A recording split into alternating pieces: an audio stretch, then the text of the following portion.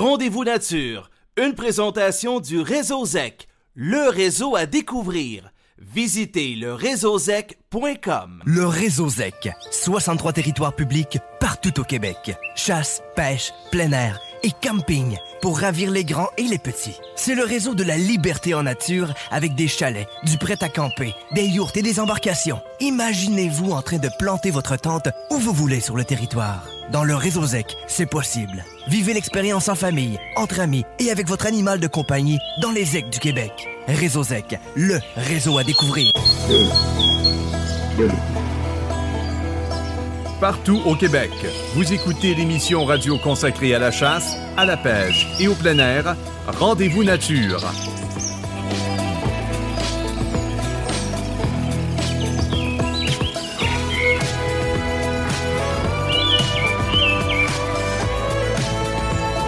Voici Ernie Wells. Allô tout le monde, bienvenue à notre Rendez-vous nature de cette semaine, une émission d'une heure qui sera, je suis certain, vous capter par son intérêt et son contenu toujours unique, des dossiers qui font avancer les choses, des dossiers dans le domaine phonique qu'on est les seuls à traiter. Il n'y a pas d'autres radios qui traitent de ce genre de dossiers de chasse et de pêche. Et cette semaine, à Rendez-vous nature, bien, la chasse de l'orignal sans bois réclamée dans les ZEC Chapet, Owen et Bas-Saint-Laurent, ça c'est dans la zone 2, et refusée par Québec, retient l'attention des chasseurs, mais aussi des fédérations, des associations, des politiciens. J'imagine que les territoires sous gestion sont dans un tournant important et on va devoir remodifier les façons de gérer la faune en complémentarité avec le ministère. Guillaume Ouellet. On est à une dernière année du vieux plan de gestion qui prévoit une permissive. Par contre, toutes les études qu'on a faites recommandent pour cette année une restrictive telle que les 3 ZEC du Bas-Saint-Laurent réclament. Pourquoi? Parce que en 2026, ce qui est prévu, ce qu'on pense et ce qu'on est pas mal sûr, c'est qu'on va avoir la main sur le thermostat. Mais Québec dit oui aussi à l'achat en ligne de tous les permis de chasse, de pêche et de piégeage, ce que confirme le porte-parole du ministère responsable de la faune, Daniel Labonté. 310 000 citoyens qui ont ouvert un compte à mon dossier chasse et pêche avec cette première phase. Donc là, ce qu'il faut comprendre, c'est qu'on vient d'amorcer cette deuxième phase, monsieur. On a ouvert au grand gibier, à la pêche au saumon atlantique avec cette question de technique de coupon de transport. Et avril rime avec le mot saline, et qui dit saline dit aussi le bloc de sel pur, mais il y a autre chose aussi. Il sait de quoi il parle puisqu'il concocte des salines, des centaines de salines depuis des années, l'ex-guide de chasse de l'orignal Mario Ross. Quand est-ce que les orignaux ou les chevreuils ont besoin de ce sel-là, de ces minéraux-là? C'est au printemps. C'est qu'ils viennent de passer un hiver qui est assez difficile. En plus, quand les femelles vont mettre bas, c'est pas tout à fait accessible en forêt. Donc, si on est capable d'aller le porter ou de réalimenter une saline qui est déjà existante en plein hiver, ben on est sûr qu'au printemps, ben ils vont déjà avoir le sel et le minéraux.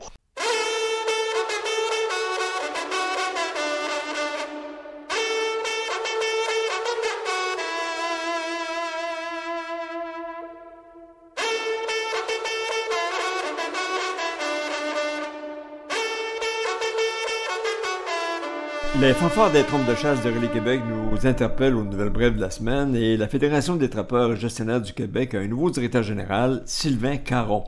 Le président Claude Gagnon me dit que Sylvain Caron sera un atout très précieux pour l'organisation et sa volonté de promouvoir le piégeage s'inscrit parfaitement, dit-il, dans la mission de la Fédération des trappeurs et gestionnaires du Québec. Sylvain Caron est un ex-militaire qui détient une maîtrise en gestion et en développement des organisations, me précise toujours Claude Gagnon. Et quant à Sylvain, ben lui, il possède une expertise dans le domaine du piégeage, de la chasse et de la pêche. Il succède à Gaétan Fournier, avec qui on a eu quand même de bonnes entrevues et qui, de toute évidence, a quitté la Fédération des trappeurs et gestionnaires du Québec. Ça a été long, ça a été très difficile, sauf pour les sports d'hiver, mais on y est arrivé. Nous sommes en avril, et en avril, ben, c'est le mois des préparatifs de la prochaine saison de pêche et de chasse 2025. Et les amateurs de pêche sportive, justement, peuvent réserver leur séjour de pêche de villégiature en hébergement dès ce samedi 12 avril. Mais attention, pour l'été 2026, dans les destinations du réseau de la CEPAC. On réserve quasiment, c'est une année en avance. Alors, on parle des parcs nationaux, des réserves phoniques, CEPAC Anticosti, les centres touristiques du lac Kenogami, du lac Simon, le gîte du Mont-Albert et la station touristique du Chénet. Les réservations débuteront selon un horaire déterminé par destination, mais tous les détails se retrouvent à cepac.com. Mais pour l'été, on me dit aussi quand même à la CEPAC du côté de Simon-Boivin qu'il reste quand même de nouvelles opportunités d'hébergement qui seront disponibles à partir du mercredi 23 avril 2025 à 9h. Et je le répète, c'est pour l'été prochain. Il sera donc possible de réserver de nouvelles unités d'hébergement qui n'ont jamais accueilli personne, dont entre autres les fameux chalets Horizon. Et c'est le dindon sauvage qui va lancer la saison de chasse 2025 dans la zone 2 Bas-Saint-Laurent, où c'est la seconde année. Et les zones 12, 13 et 15, bien la période de chasse du dindon sera du 25 avril au 6 mai.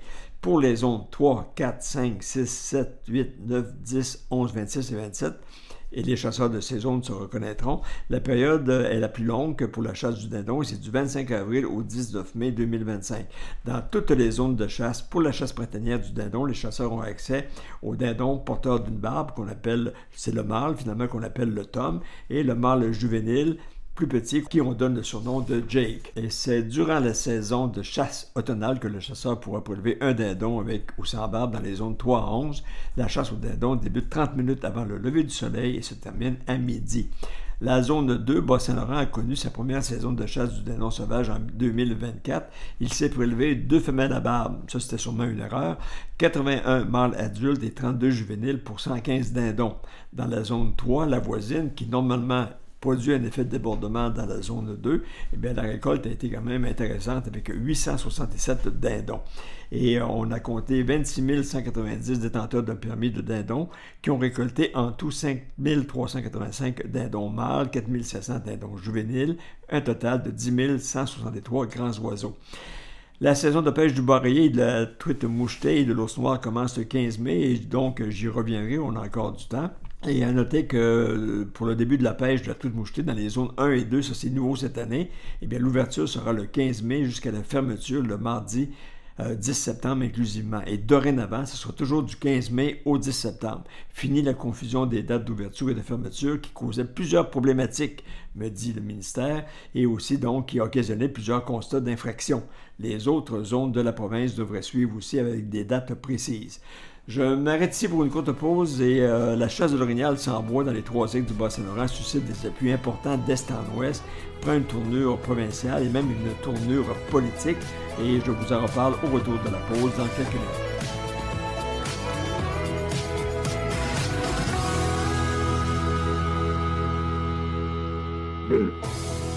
Suivez toute l'actualité dans le monde de la chasse, de la pêche et du plein air sur le web grâce à Rendez-vous Nature. Tous les jours, soyez informés des principales nouvelles au Québec au rendez-vous-nature.ca. Reportages, entrevues, conseils de professionnels, vous connaîtrez tout de la chasse, de la pêche et du plein air à la radio et sur le web.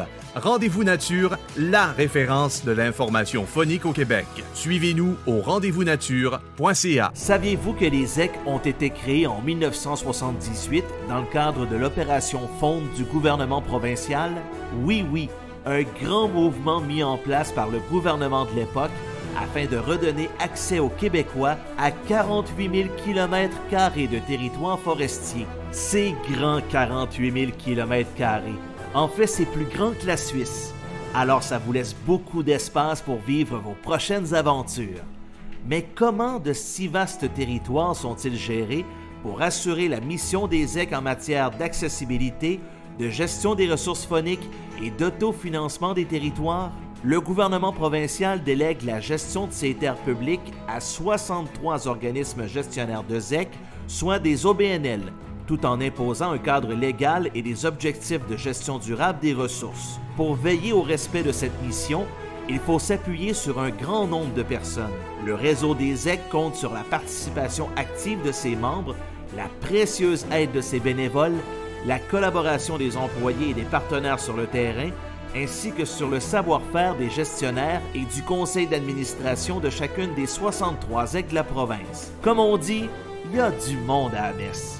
Envie de vous impliquer dans la saine gestion des territoires phoniques? Contactez votre ZEC pour connaître toutes les possibilités d'engagement dans votre région. Le réseau ZEC, 63 ZEC, 12 régions. Chasseurs, procurez-vous le Buck Thorax, l'écarteur de cage thoracique pour animaux sauvages. Ce bâton télescopique 100% en acier inoxydable alimentaire favorise le refroidissement et la préservation de la venaison en toute sécurité. Ne commettez pas l'erreur de la contaminer avec une branche d'arbre. Conçu à Rimouski, fabriqué au Québec, écologique, facile à nettoyer, résistant et compact. Disponible chez tous les bons marchands. Détails au www.buck-thorax.com. L'essayer, c'est l'adopter. Pour profiter pleinement des plaisirs de la chasse ou pour déjouer le poisson, les destinations de la CEPAC vous proposent de vastes secteurs exclusifs, des taux de succès élevés, des outils cartographiques de pointe et surtout du personnel qualifié et passionné. Aux quatre coins de la province, vous pourrez pratiquer votre activité préférée le temps d'une journée, lors d'un séjour en camping ou encore dans l'un de nos confortables chalets. Accédez au meilleur territoire de chasse et de pêche du Québec. Réservez votre séjour dès maintenant à cepac.com. Rendez-vous nature, une présentation du Réseau ZEC, le réseau à découvrir. Visitez le réseauzec.com.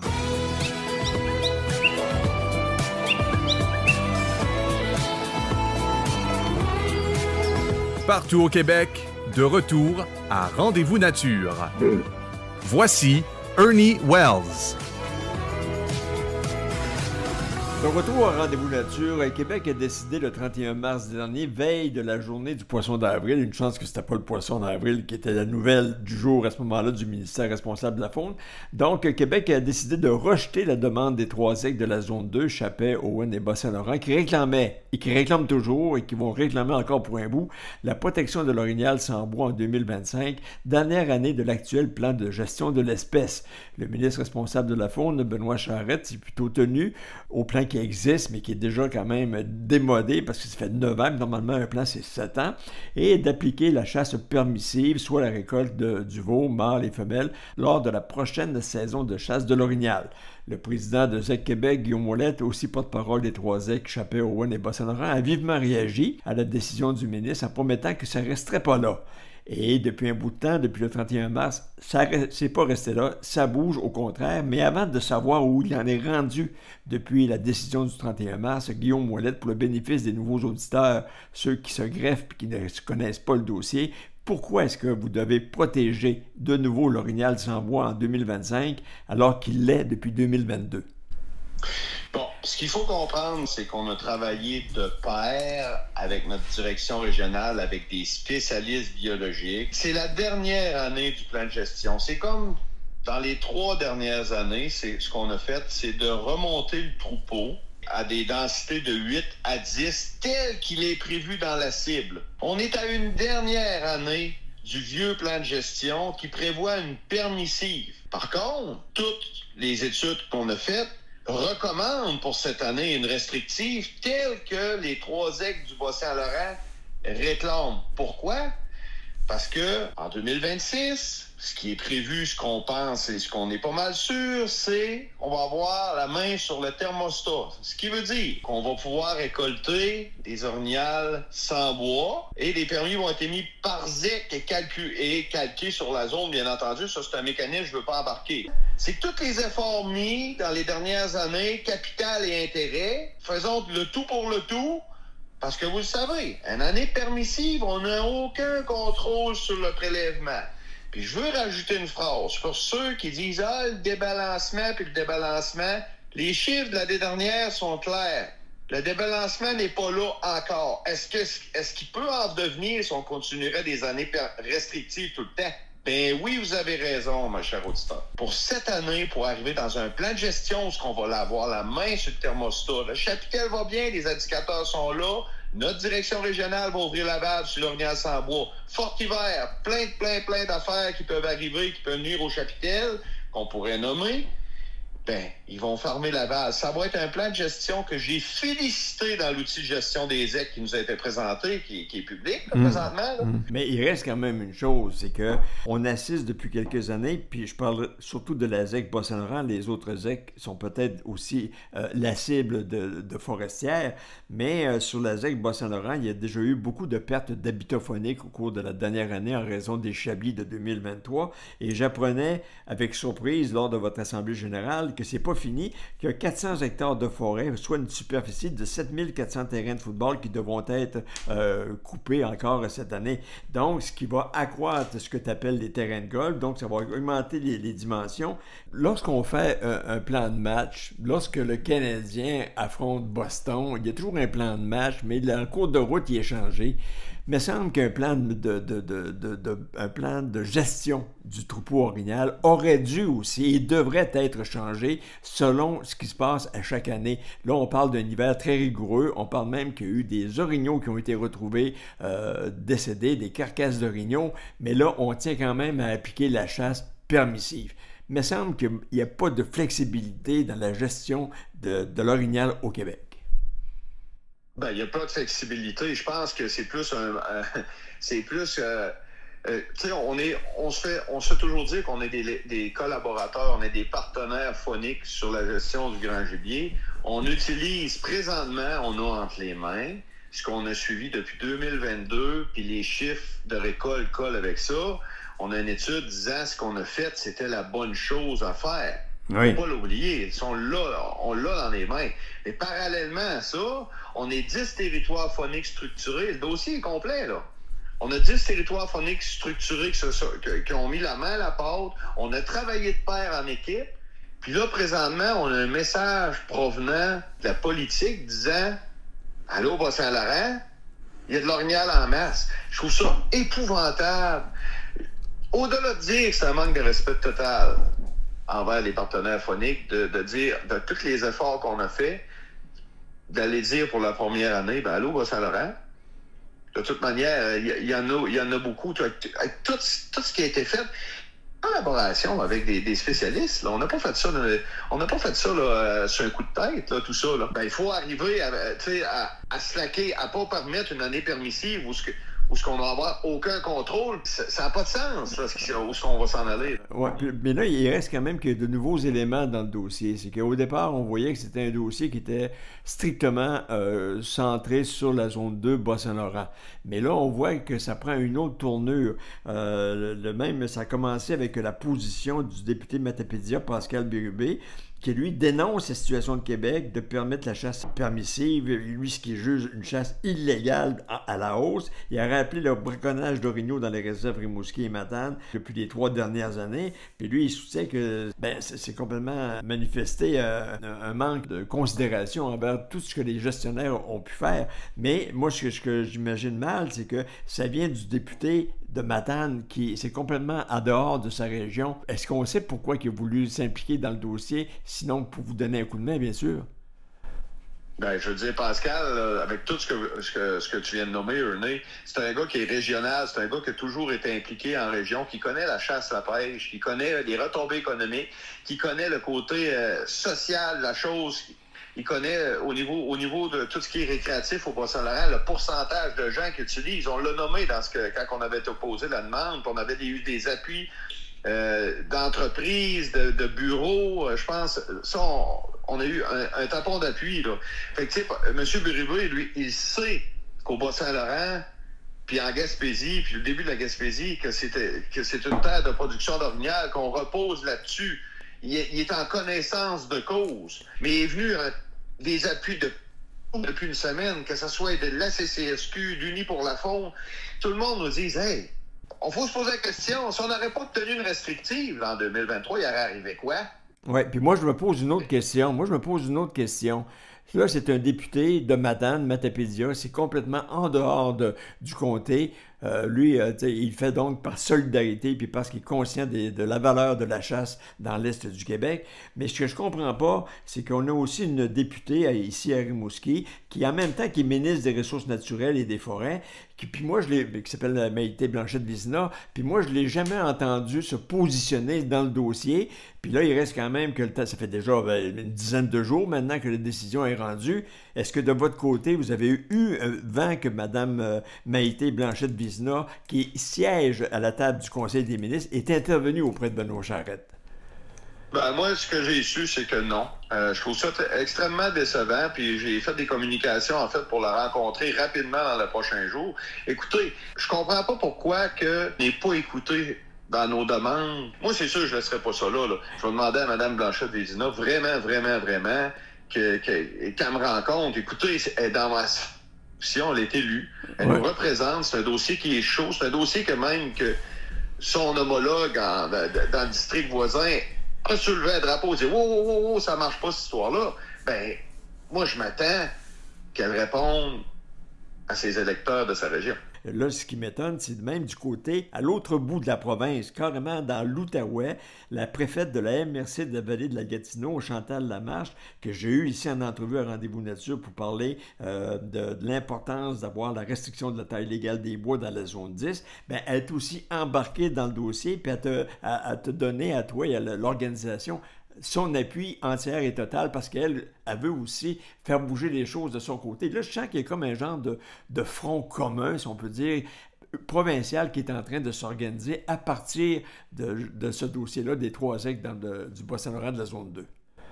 Ben, je pense, là, tu sais, je défends un dossier honorablement avec des chiffres qui proviennent du ministère.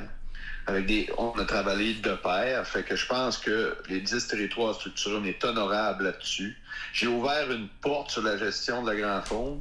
La porte est ouverte, puis j'ai des gens qui ont des dossiers similaires, qui profitent de l'ouverture pour venir m'appuyer et de probablement finir par un front commun. Oui, bien c'est ça. Là, la nouvelle est sortie le 31 mars. La réaction et les tiennes sont sorties tout de suite la journée même, puis le lendemain. Normalement, en situation de crise, tu règles la crise quand elle est là. Mais là, quand tu la règles pas, ben là, ça roule, puis là, ça prend des proportions qui vont devenir, à un moment donné, démesurées pour le ministère. Puis là, il va devoir prendre des gestes concrets puis poser ce que les chasseurs attendent. Et là, mais pendant qu'il garde le silence, ben là, la situation empire. Là, il y a Unis pour la faune qui est embarqué dans le dossier. Il y a Pascal Bérubé, il y a la MRC de la vallée de la Gatineau. Là, les conducteurs de chiens de sang. Puis c'est là qui sont bien placés pour voir ce qui se passe sur le terrain. C'est bien les conducteurs de chiens de sang. Puis là, donc, c'est l'association des conducteurs de chiens de sang du Bas-Saint-Laurent qui est présidée par Sébastien Deschênes, qui est aussi président de l'Association provinciale des conducteurs de chiens de sang. Donc, ça commence à faire du monde. Là, si tu parlais de thermostat tout à l'heure, je pense que ça va commencer à être chaud dans le coup du ministre Benoît Charette, non? C'est sûr que ça commence chaud. Mais tu sais, je réitère ce que j'ai dit à certains dans le dossier des hauts placés. Je dis, écoutez, on est des territoires structurés sérieux, OK? Ce serait si simple de permettre... Tout le monde aurait sa part là-dedans. On baisserait les pressions sur le chapitel d'avoir nos 3 acres en restrictif. Les membres l'ont demandé. C'est pas des spéculations de conseil d'administration qu'on certains font où ils consultent seulement des poignées de personnes. On a consulté nos utilisateurs. C'est important de le mentionner. Fait que, tu sais, les réserves, les pourvoiries ont un modèle de gestion qu'on ne doit pas être jaloux. C'est un très bon modèle de gestion, les réserves, les pourvoiries. Ils ont la main sur le prélèvement avec les indicateurs. On aurait les EC en restrictif, le libre en permissif, qui viendrait balancer la pression sur le chapitel, qui arrêterait de passer un message. Les territoires phoniques structurés, vous avez fait un excellent travail en collaboration avec nous autres, mais on biffe tout du revers de la main la dernière année. Oui, puis moi, je pense que Guillaume Ouellette est le gars qu'il faut aussi pour driver ce dossier-là et aussi tous les autres d'autonomie puis de gestion de votre propre territoire. Puis c'est pas juste une décision maintenant, il reste que ça a toujours été le ministère qui a toujours eu le gros bout du bâton, mais là, je pense que ça a assez duré. Il faut que les gestionnaires de territoire soient liés plus proches que ça encore des décisions. Puis c'est avec des actions comme la vôtre, puis avec une opposition qui semble s'orchestrer au niveau provincial, ce qui n'est pas rien, qui attire des centaines de municipalités, des conducteurs de chiens de sang, des gens, des MRC. C'est incroyable tout ce que c'est en train de dégénérer. Alors donc, Guillaume Ouellette, on continue bien sûr de suivre le dossier. Puis on te dit lâche pas, puis je pense que ça va servir d'exemple ce qui se passe actuellement dans toutes les aides du Québec. Puis là, le Front commun va se faire encore plus à ce moment-là. Merci, salut, puis à la prochaine. Merci.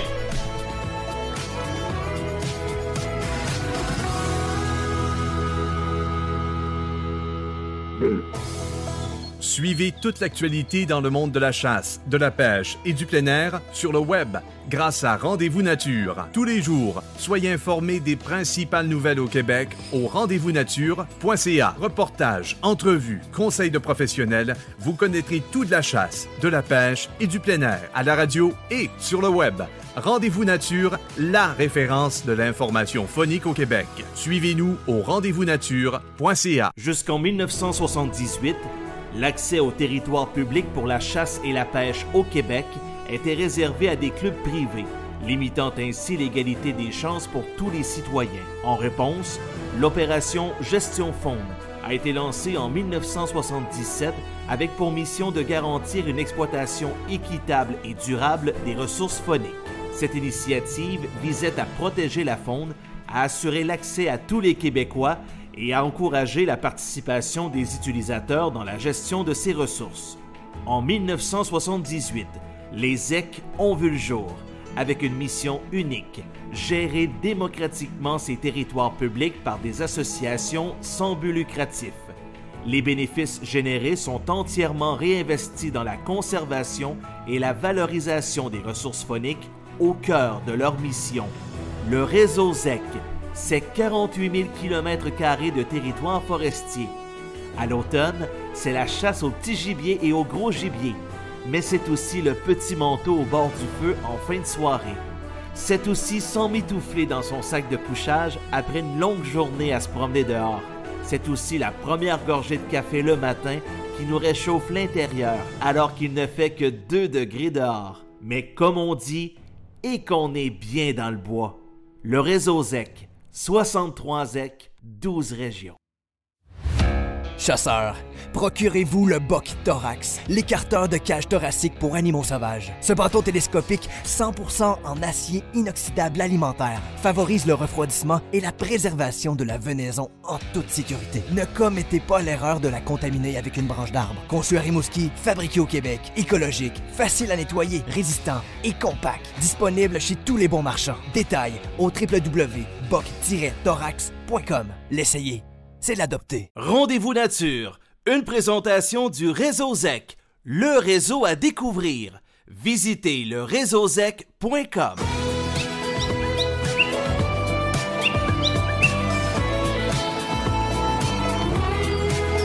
Partout au Québec, de retour à Rendez-vous Nature. Voici Ernie Wells.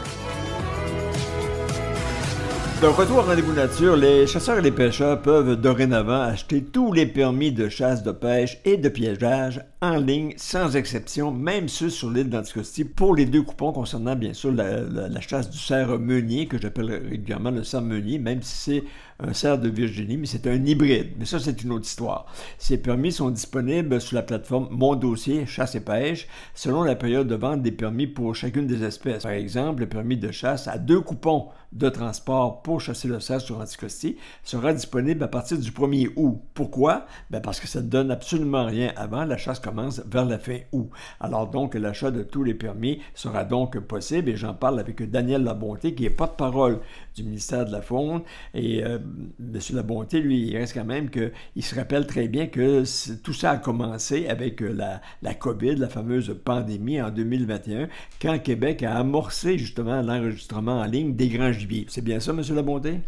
Oui, M. Wells, merci. C'est une très belle entrée en matière et rappel contextuel historique qui nous fait comprendre maintenant cette deuxième phase de mon dossier chasse-pêche. Donc, on se rappelle qu'en juin 2021, le ministre des Forêts, Faune et Parcs à l'époque, M. Dufour, avait lancé cette plateforme de vente de permis de pêche et de chasse en ligne. Et c'est vrai que dans le sens que il y a l'élément COVID qui a aidé en quelque sorte là, en fin de compte à orienter, n'est-ce pas, les travaux vers une mise en ligne des achats de permis de chasse et de pêche. Donc, ça a sensibilisé davantage et ça a commencé cette première phase en juin 2021. Et à l'époque, on disait quand même qu'en moyenne, 1,2 million de permis de chasse, de pêche et de piégeage sont vendus chaque année. C'était quand même un gros morceau à travailler. Et les permis sans coupon de transport représentent 70% des ventes annuellement de permis. Donc, on s'attaquait déjà en 2021 à ce premier morceau de gâteau, le plus gros morceau de 70% des ventes annuelles de permis, puisque mon dossier chasse et pêche, dans cette première phase, offrait ainsi la vente de permis sans coupon de transport. Le petit gibier, nonobstant donc également la pêche au saumon atlantique. Donc, on avait mis ça de côté pour se donner, bien sûr, une première phase pour lancer le bébé. Et, M. Wells, il y a eu une bonne évolution parce que je suis en mesure de vous annoncer que, bon, en 2021, on était au début, on n'avait pas... On avait le compteur à zéro. Et en 2025, maintenant, en date du 31 mars, je suis en mesure de vous annoncer que mon dossier chasse et pêche, eh bien, il y a 310 000 citoyens qui ont ouvert un compte à mon dossier chasse et pêche. Donc, on est passé de rien à 310 000 citoyens qui ont ouvert un compte avec cette première phase. Donc là, ce qu'il faut comprendre, c'est qu'on vient d'amorcer cette deuxième phase, monsieur. C'est-à-dire qu'on a ouvert au grand gibier, à la pêche au saumon atlantique, avec cette question de technique de coupon de transport. Voilà, il reste quand même que 310 000 personnes inscrites à mon dossier chasse et pêche, c'est quand même important, mais il reste encore de la place, si on peut dire, pour en ajouter. Et moi, je sais c'est quoi mon dossier chasse-pêche, mais pour le bénéfice des gens qui ne le savent pas ou qui n'ont pas encore donné leur nom, qui ne se sont pas encore enregistrés à mon dossier chasse-pêche, dites-nous ce que c'est et comment on fait pour y accéder. Eh bien, pour y accéder, on va justement sur le site du ministère, plus particulièrement à mon dossier chasse-pêche, facilement retraçable. Vous pouvez faire aussi une recherche Google. Donc, lorsque vous êtes sur le site, eh bien, le principe, c'est un dossier par personne. On comprend que vous pouvez inscrire vos enfants également. C'est un dossier chaque avec une adresse courriel. Et par ce site Internet, eh bien, vous pouvez ainsi créer votre dossier et par la suite avoir un historique de vos achats de vente de permis, que ce soit chasse, pêche ou piégeage. Donc, c'est quand même relativement accessible, gratuit, 7 jours par semaine, 24 heures par jour, ce qui fait en sorte que ça augmente l'accessibilité relativement à la vente de permis. Et pour vous indiquer aussi que il y a aussi tout le réseau aussi de vente de permis sur le terrain qui demeure. Donc ça, c'est un service de proximité qui est une composante essentielle. Les agents de vente poursuivent toujours leur excellent travail. Le réseau est en place. On peut avoir accès ici sur le terrain à près de 600 points de vente partout au Québec. Donc c'est complémentaire. Tout ceci fait en sorte que l'amateur de pêche, de chasse, de piégeage, peut ainsi avoir accès de manière aisée, facile, très disponible en tout temps à l'achat de ces permis de pêche et de chasse en tout temps, en quelque sorte. Donc voilà, là-dessus, c'est quand même une bonne amélioration depuis 2021. On va dans ce sens-là et on en est à la deuxième phase maintenant, puisqu'il y a le volet coupon de transport. Voilà. Il y a des technicalités à respecter de ce côté-là, M. Wells. Mais on va y arriver, mais si on reste directement dans le dossier chasse et pêche, la personne quand même qui veut acquérir son permis, doit aussi s'assurer d'avoir en main son certificat du chasseur, bien sûr, puis aussi sa carte de crédit, parce que ça se paye en ligne aussi, là, les permis. Oui, les permis de chasse, de pêche demeurent, les prix demeurent, bien sûr. Ce qui est gratuit, c'est l'accessibilité à cette transaction, en quelque sorte, là, et d'ouvrir un compte dans mon dossier chasse et pêche. Toute cette séquence-là est tout à fait gratuite et accessible. Voilà. Alors donc, c'était la mécanique finalement qui concerne les permis avec coupon de transport. Là, je pense entre autres au cerf de Virginie sur l'île d'Anticosti, où le chasseur a droit à la récolte de 2 bêtes par séjour. Puis il y avait aussi donc là, du côté du saumon atlantique, on appelle ça des tags ou des étiquettes qui doivent être apposées donc dans le branchis, là, si on peut dire, du saumon, afin de valider donc la légalité de la prise et aussi son transport. Puis ça, c'était rendu quand même compliqué. Puis surtout du côté de l'île d'Anticosti, ce qui rendait la chose encore plus pressante, c'est que c'était du côté de l'est de l'île, dans la partie que la CEPAC a achetée il y a 3 ans de Safari-Anticosti, où là, il n'y a pas aucun service Wi-Fi, il n'y a pas Internet, puis souvent, malgré les conseils des gens aux réservations de la CEPAC, de CEPAC-Anticosti, ben, ils disaient toujours aux gens, d'avance, faites-nous parvenir vos certificats du chasseur pour pouvoir préparer vos permis à l'avance et tout et tout. Mais bien souvent, des gens oubliaient ou y avaient pensé, mais ils ne le retrouvaient plus. Donc, il y avait différentes raisons qui faisaient en sorte qu'il fallait remplir le fameux permis à la mitaine, comme on dit, là, pour l'achat du permis. Il y a quand même des modalités puis des obligations qui se rapportent à l'achat des permis avec coupon de transport. Puis là, c'est là-dessus qu'on va parler. Voilà. Oui, en fait, il y a une responsabilité du chasseur, du pêcheur, à, en fin de compte, répondre, le cas échéant, à une demande de vérification d'un agent de la protection de la faune sur le terrain. Oui, et on se dirige aussi résolument vers une prochaine saison de pêche et de chasse, à commencer par le dindon, et après ça, la pêche qui va suivre. Alors, bon, Daniel Labonté, qui est le porte-parole du ministère responsable de la faune, je vous remercie pour toutes ces informations. Moi, je suis très heureux que ce service soit maintenant disponible en ligne. Il n'y a plus aucune raison de ne pas avoir son permis sur soi. Et comme vous le disiez tout à l'heure, la réglementation, personne ne peut plaider l'ignorance, soit dans la pratique de la chasse ou de la pêche. On doit être au courant des règlements, de la réglementation. Alors donc, Daniel Labonté, responsable des communications au ministère de la Faune, je vous dis merci, puis à une prochaine fois. Merci beaucoup, M. Wes. Au revoir.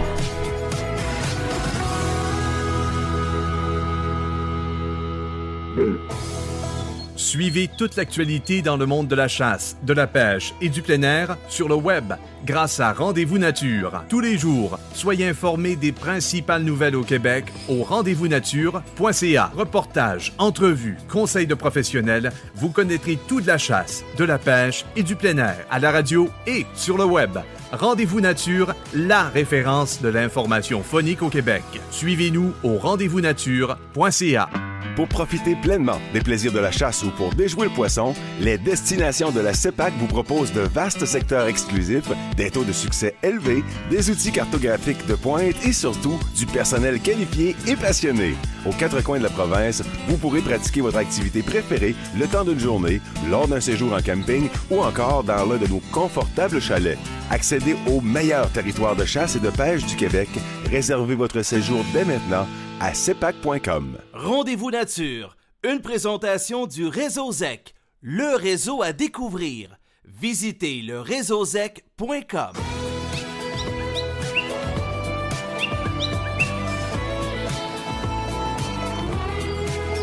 Partout au Québec, de retour à Rendez-vous Nature. Voici Ernie Wells. Le retour à Rendez-vous Nature, depuis le début du mois, la plupart des franchisés des différentes chaînes tiennent des week-ends spéciaux pour guider les chasseurs vers la fabrication de salines.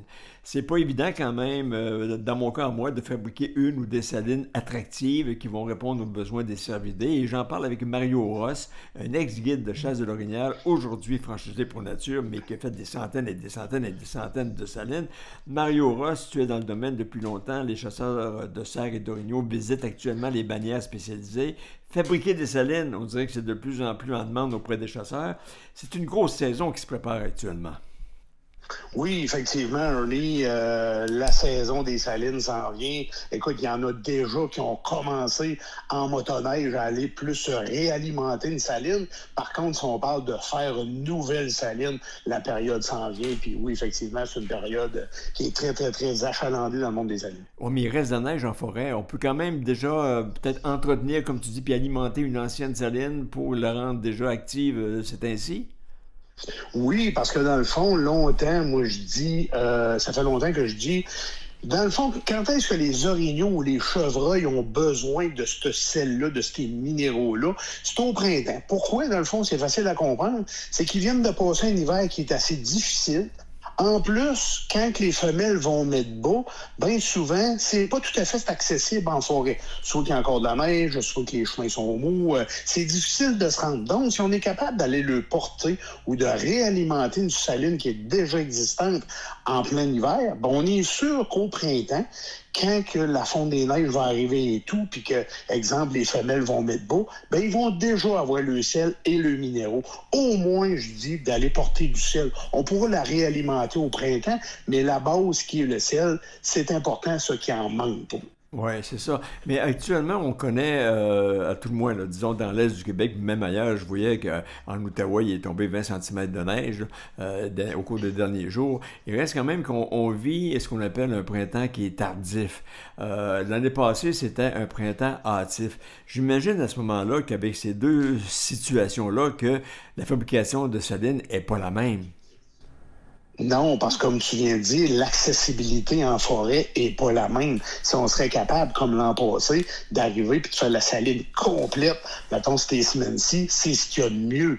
Par contre, Dame Nature est pas toujours de notre bord de ce côté-là. Fait qu'on n'aura pas le choix, on va la faire un petit peu plus tard. Mais l'expression qui dit vaut mieux tard que jamais, c'est bon, aussitôt qu'on est capable d'aller en forêt, d'aller porter ce sel-là puis ces minéraux-là pour aider justement les chevreuils et les orignaux. Oui, parce que le but d'une saline, c'est de l'installer à proximité de son affût de chasse.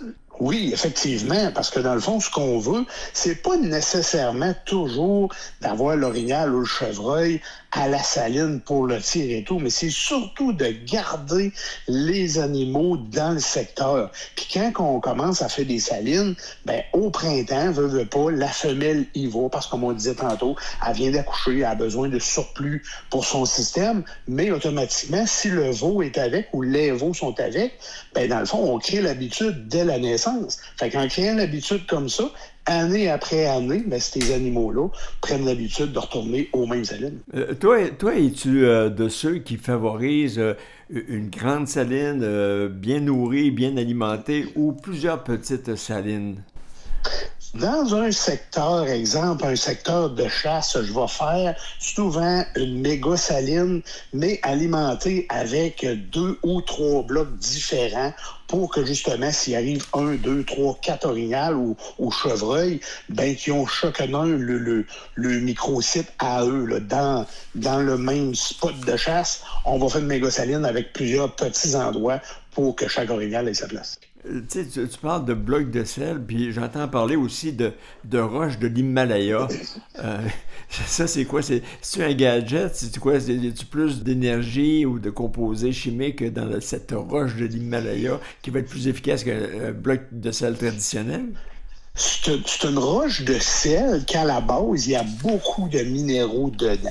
Okay. Par secteur, par endroit où est-ce qu'on va faire une saline, ça peut arriver que ça fasse une différence. Moi, pour en avoir essayé beaucoup, il y a certaines places que le sel himalayen est vraiment magique, tandis qu'à d'autres places, on dirait que ça fait comme pas grande différence entre le blanc, le rouge, le bleu. Parce qu'encore là, les couleurs de blocs de sel, ça, c'est des questions qu'on se fait poser à maintes et maintes reprises, à tous les fois qu'on vend du sel.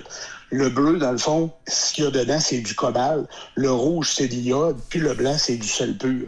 Ce qu'il faut faire quand on commence une nouvelle saline, on arrive à un endroit qui n'a jamais eu de sel, on commence, on n'a quasiment pas le choix de mettre les 3 blocs de sel. Parce que l'orignal, dans le fond, va aller vers celui où ce que son système à lui a besoin. S'il a besoin un petit peu plus d'iode ou un petit peu plus de cobalt, ben, il va licher plus un que l'autre. Puis après ça, ben, on va savoir exactement lequel bloc marche pour cet endroit-là pour nos orignaux.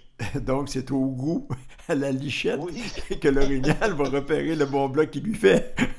Exactement. Par rapport à son système, c'est automatique. Il y a du monde qui me demande, Mario, si tu mieux le bleu, si tu mieux le rouge, faut faire le test, puis l'orignal ou le chevreuil va décider, puis c'est lui qui va nous donner la réponse. Ouais, c'est lui qui a du goût. Mais dis-moi, il reste quand même, on parle beaucoup de sel.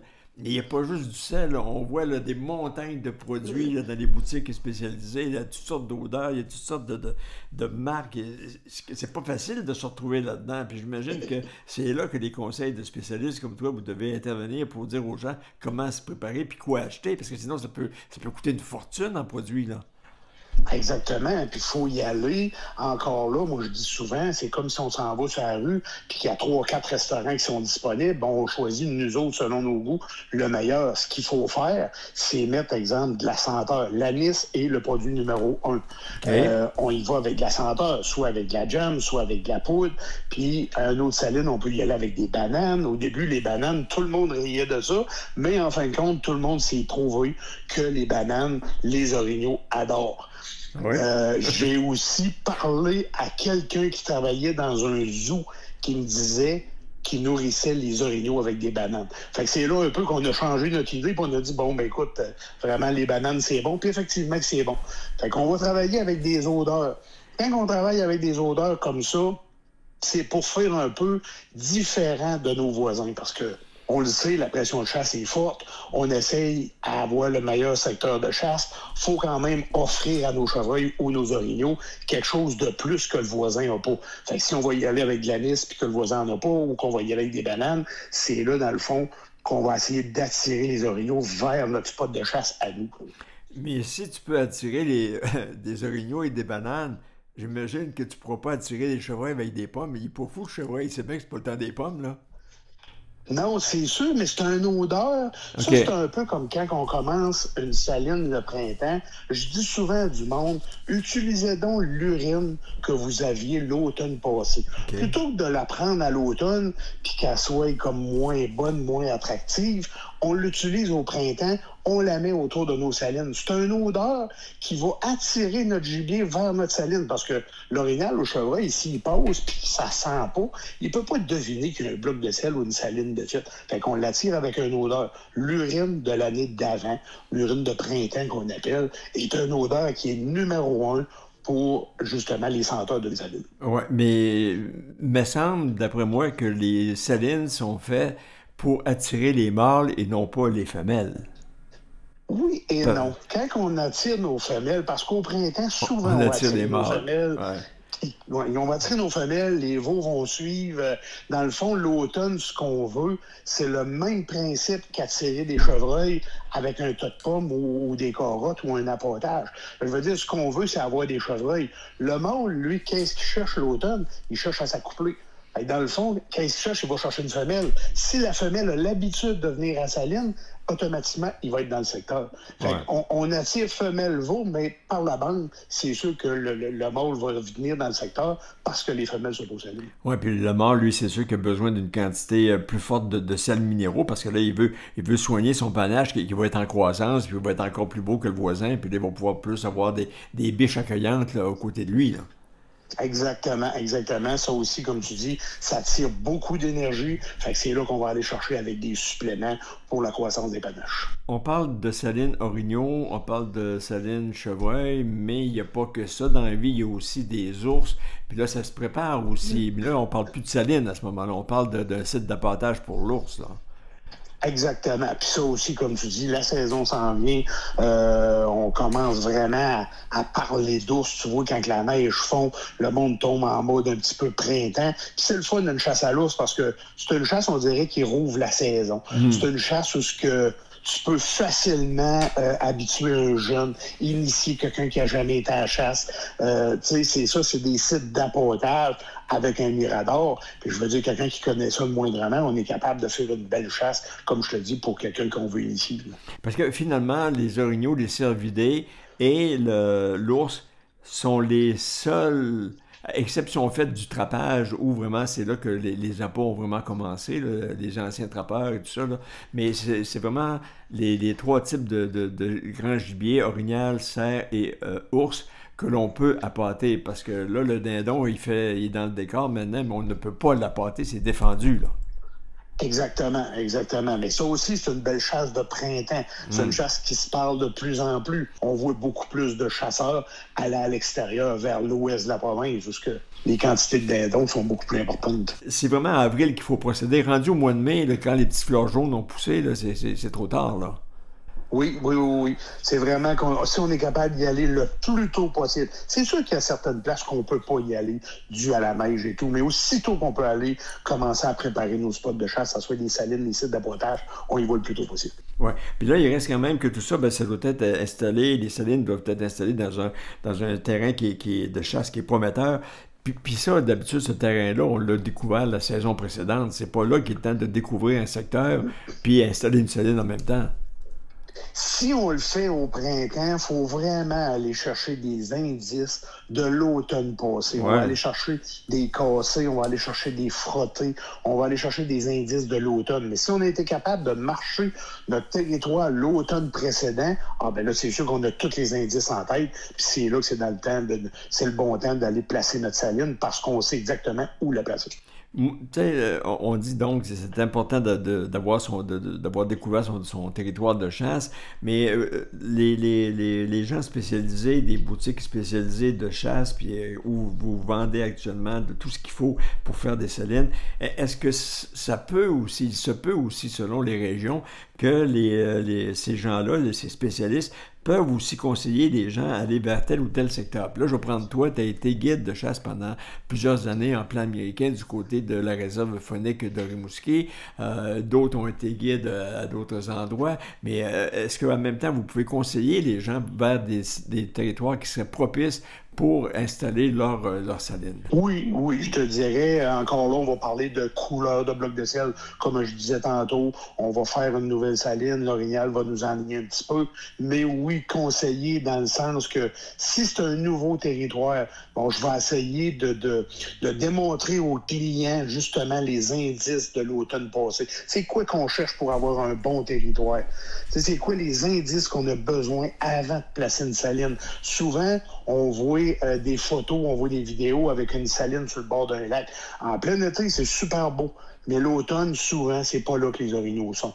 Fait que c'est pour ça que c'est important d'aller chercher des indices de l'automne précédent. Donc, avril, c'est le mois des salines. Donc, il faut en profiter. Toutes les boutiques spécialisées ont de quoi offrir pour conseiller les chasseurs et pour qu'ils préparent leurs salines au mois d'avril et non pas au mois de mai, au PC, comme on dit. Alors donc, Mario Ross était là pour ça. Vous avez aussi partout des deals incroyables pour aider les gens à se familiariser avec les différents types de produits de sel et de minéraux différents. Alors, je te souhaite une bonne saison, puis j'espère que tu vas faire ta saline toi aussi. Oui, on va en faire plus qu'une. On a quand même beaucoup de spots de chasse. Je m'occupe beaucoup de la famille au complet. Mais écoute, on fait ça justement en famille. On en profite pour faire une activité en forêt, tout en faisant les salines, c'est vraiment plaisant. Alors, une chasse communautaire. Salut Mario, puis je te dis à une prochaine fois. Merci René, bonne journée. Merci, bye.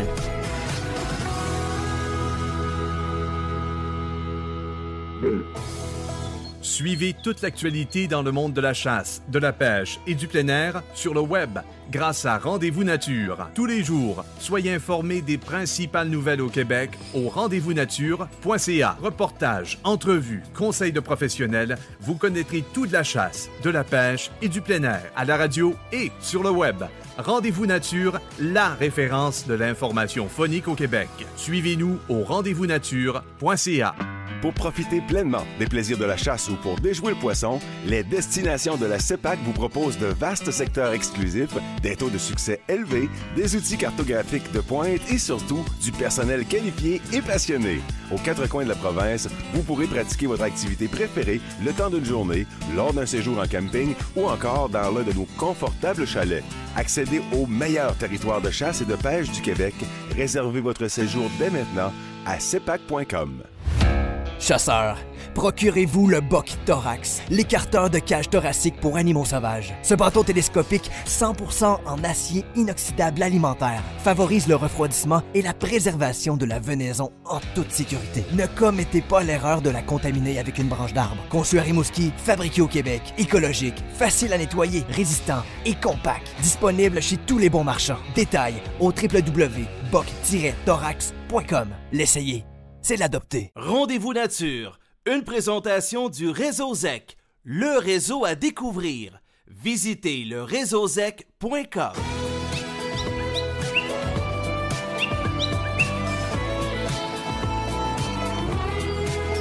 Partout au Québec, de retour à Rendez-vous Nature. Voici Ernie Wells. Et c'est ainsi que j'ai vu préparer pour vous notre rendez-vous nature de cette semaine. Et avant de vous quitter, le braconnage et du vol, j'en ai parlé souvent, on a fait des entrevues souvent avec des gens du service de la protection de la faune. Et braconner, c'est voler notre patrimoine phonique. Et il y a un chasseur de Vaudreuil d'Orion en Montérégie qui, lui, est plus près de braconner. L'individu vient d'être condamné par la Cour du Québec à payer 20 000 d'amende pour avoir chassé le roi des neiges sans permis de chasse valide. Le souvenir a aussi plaidé coupable d'avoir enfreint le règlement sur les oiseaux migrateurs et d'avoir aussi enfreint la loi sur la Convention concernant les oiseaux migrateurs et d'avoir entravé délibérément le travail d'un agent de la faune dans l'exercice de ses fonctions. Alors donc, en plus des 20 000 le fautif s'est fait interdire un permis de chasse aux oiseaux migrateurs jusqu'en mars 2031. Alors, il va y penser longtemps. Les 20 000 sont remis au Fonds pour dommages à l'environnement du gouvernement du Canada. La chasse et la pêche débuteront bientôt et si vous êtes témoin d'un acte de braconnage ou de tout geste semblant menacer la faune et ses habitats, rapportez-le à un agent de protection de la faune. À SOS Braconnage est ouvert 24 heures sur 24, 7 jours sur 7 et vous signalez le 1-800-463-2191 et toute information est anonyme. Ici Ernie Wells, merci de votre écoute, faites attention à vous et à vos proches et à la semaine prochaine pour un autre rendez-vous nature, mais d'ici là, on peut entendre et réentendre cette émission sur rendez-vous-nature.ca, le journal lesoir.ca Rimouski, sur Balado Québec et sur YouTube. Donc à la semaine prochaine pour un autre rendez-vous nature. Rendez-vous nature, une présentation du Réseau ZEC, le réseau à découvrir. Visitez leréseauzec.com. Poursuivez l'aventure Rendez-vous sur le web en consultant nos nouvelles au rendez-vous-nature.ca, à la radio et sur le web. Rendez-vous Nature, la référence de l'information phonique au Québec.